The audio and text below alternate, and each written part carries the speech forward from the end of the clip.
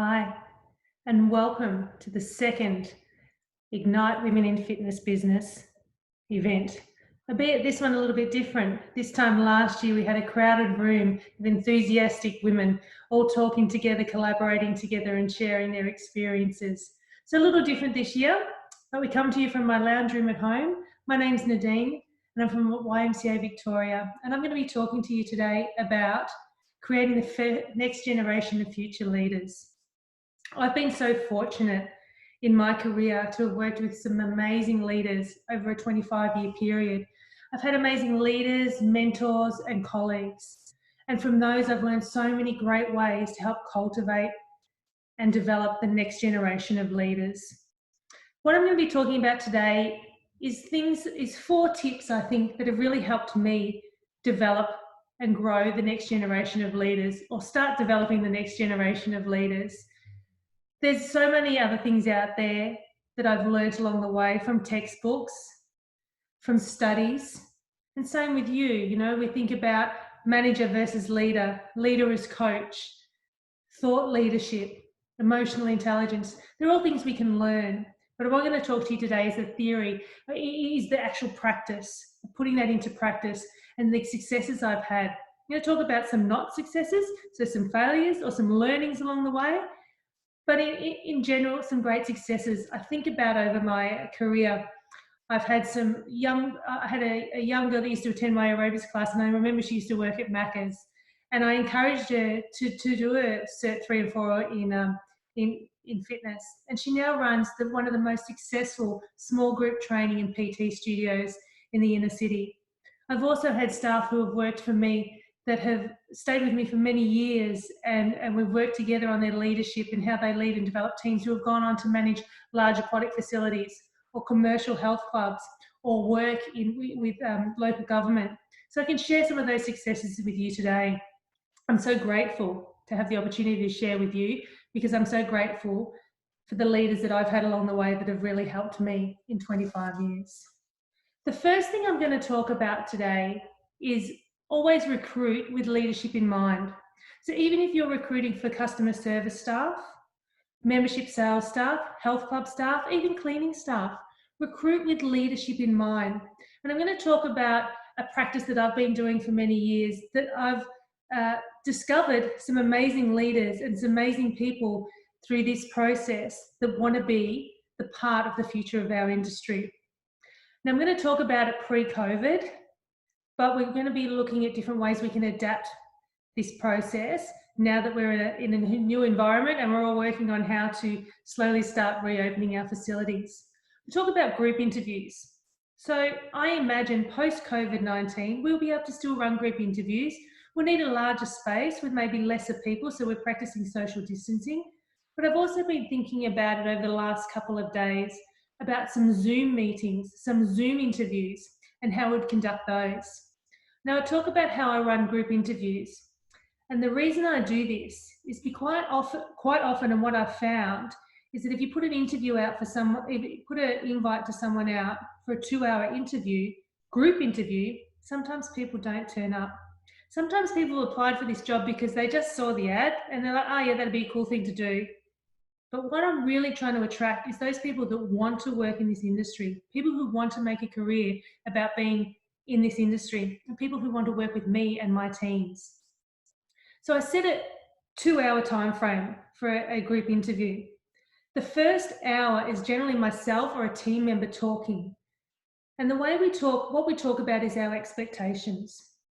So we talk from the start. By applying for this role, these are the expectations we have. I talk about priorities in life, and you think we do have competing priorities. Some people might have their family, they might be studying, they might play social netball, but they might play competitive football, and they might have a beach house or a boyfriend that lives on the other side of town. And then there's work.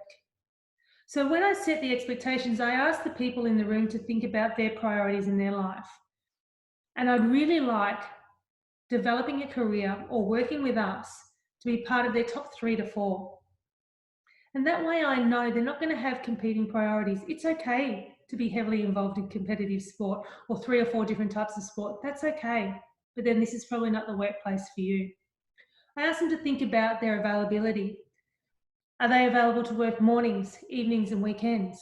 Because that's when we're open. I talk about communication, and that as a business and as a team, we will communicate clearly with them. But on the flip side, I also expect them to communicate clearly back to me. I expect them to be a team player, and 100% I expect them to be there for our customer. Everything is about our customer. I want to know that they're passionate about helping people and delivering great customer service. I expect that when someone walks in the door, we all stop and everything is about that customer. I also talk about their willingness to learn. Do they want to learn? Do they want to grow? Do they want to discover other opportunities within our business or other opportunities outside of our business, working at some of our other facilities? So I set the expectations really clearly. It's then I talk about what they can expect from us. So if they meet all our expectations, and that it really excites them about coming and delivering them, and I think they've got the skills, behaviours and attributes to fulfil those expectations, I then talk to them about what they can expect from us. We have a learning and development department, so we take our learning and development of staff very seriously. We work on individual performance development plans, so where they want to grow, what they want to learn about.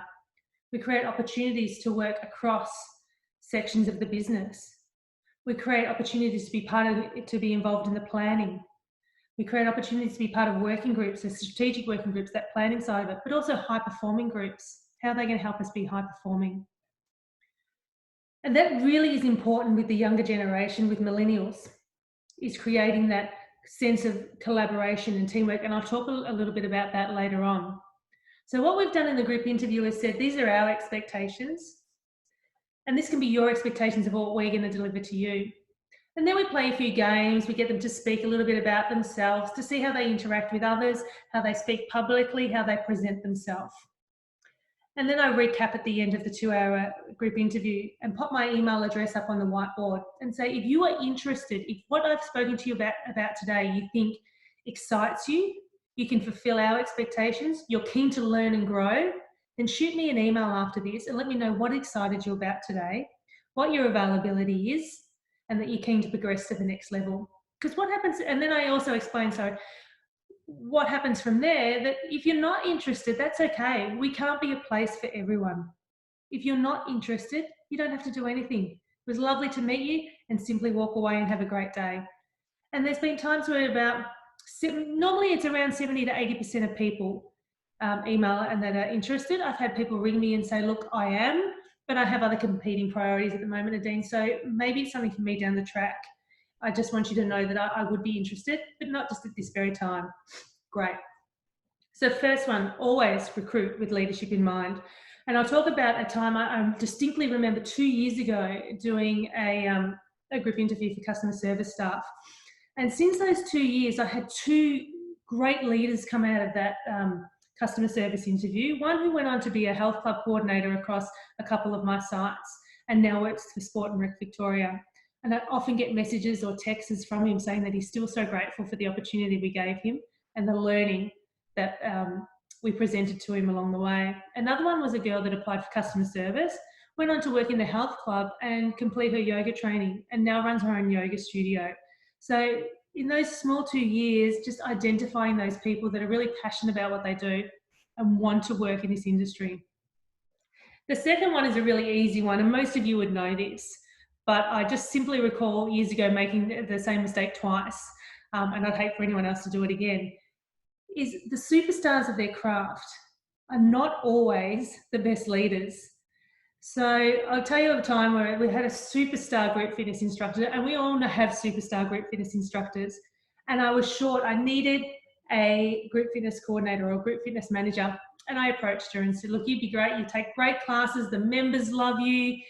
Lead the team. It'll give you some extra hours where you don't have to jump around. And so she came on board. She was really excited about it, but we soon realized that she can entertain a crowd. She can take a class. She knows how to do a step touch and put a class together. But she doesn't know how to have those difficult conversations when classes aren't performing. She didn't have the patience to sit down and analyze the data of what classes are working, what classes aren't working. She didn't have the eye for detail for doing payroll, and nor did she want to. It was a difficult conversation I had with her, but once I approached it the way I did, she soon realised that, yeah, I'm really great at what I do and I don't need to do something else. Exactly the same mistake I made with a great personal trainer. Fulfilling his books, he didn't have a single moment to fit in any more clients. He knew how to build his business. He loved training people, and I approached him about being a PT manager. He took the opportunity, but soon realised that to get paperwork in on time, to process timesheets, and all those sort of things, he didn't want to do. He didn't want to coach people to grow their own business. He knew what he needed to do, and he was passionate about growing his, not about others, and that's okay. So sometimes we look at those superstars as they're the people that know the best about their field, and they're the ones who should be leading the team. Whereas leaders, a quality of leader is someone who knows people, someone who has that humanistic side, can talk to people, work out where they really want to go. It's not afraid to have the difficult conversations. He's not afraid to have the great conversations and send praise, and knows the greater needs of the business and works towards that, as opposed to being a superstar in their field. A great group fitness coordinator doesn't need to be awesome at putting a step touch or a class together. They need to know how to get the team to work together. They need to know the needs of the business, and they need to know, analyse results, get back to members, have those conversations about feedback to members, have difficult conversations when classes aren't working as well with instructors. Number 3, working with millennials. Really interesting one. You know, in 2015, millennials took over being the greatest upcoming workforce. So we need to know how to work with them. They're probably our leaders now. They're probably some of our leaders now, or definitely our future leaders. Millennials love to have training. So emphasize what your company can do or what you can do as far as their training and development. They like to be collaborated with, and they like to have transparency. So if you're a person that sits behind your desk and does all your planning and then rolls it out to your team, it ain't going to cut it for millennials. Collaborate with them. Invite them to planning meetings. Invite them to attend sessions where you're working out where the business is going. Talk to them about what's happening in the business. A really big one right now is we're doing check-ins with our teams. This is what we're doing. This is what we're planning, so that when we reopen, you know what you need to do.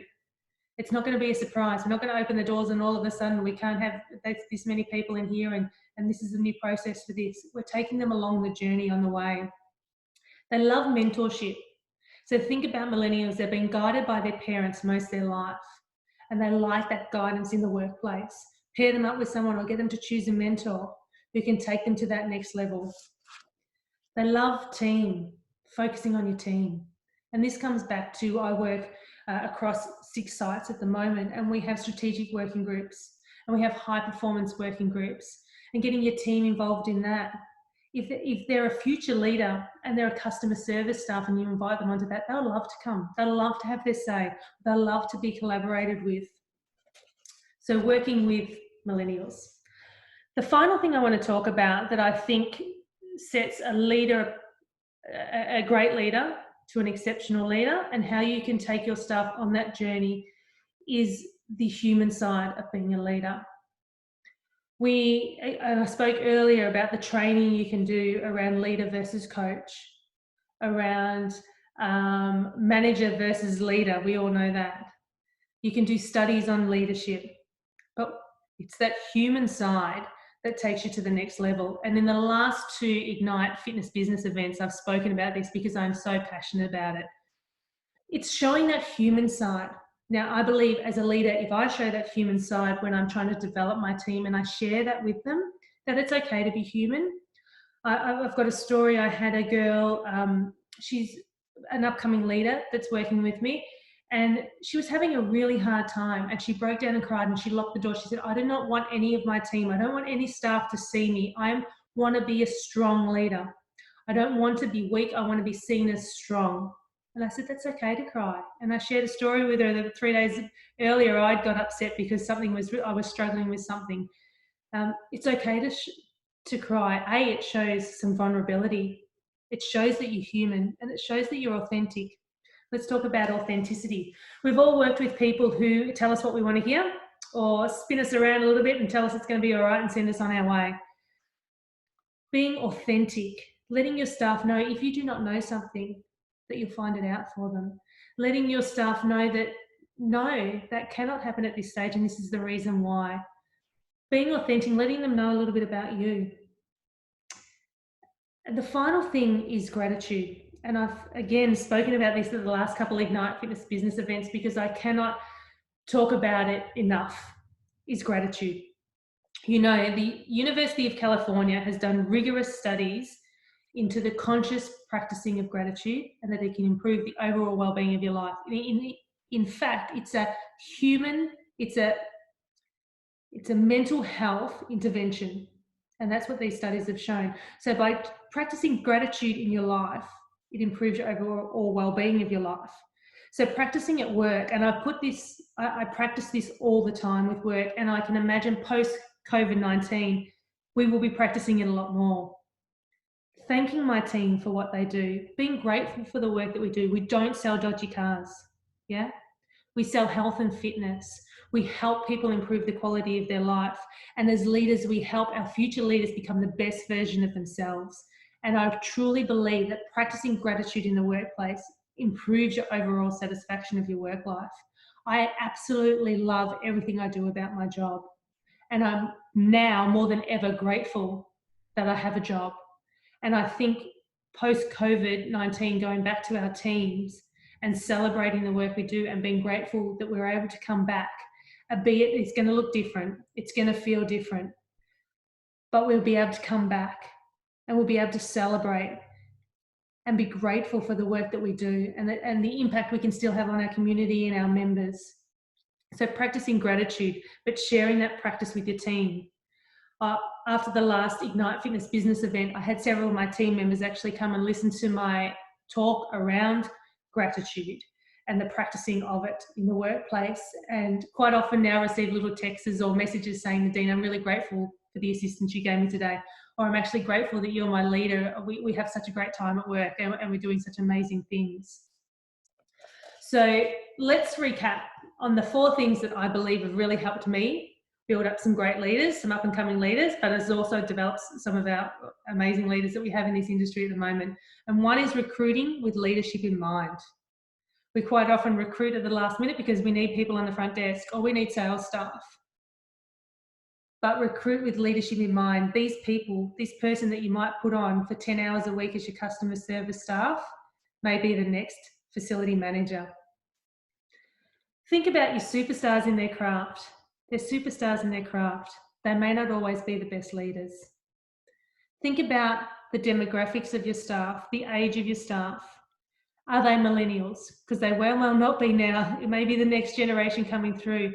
Do some research on how old your staff are. And if they are millennials, collaborate with them, bring them into the fold, ask them to do some planning with you, ask them to be part of some working groups and inform them about the training that's coming, the professional development that you will share and give to them. If they're not millennials, do your research. Who's working for you? How do they like to be led? And the 4th and most important one, I feel, is how you lead. Are you authentic? Are you human? Are you vulnerable at times? And are you grateful to work with the people that you do? Thank you so much and good luck in the coming weeks opening your sites. I look forward to seeing you all soon. Thank you very much.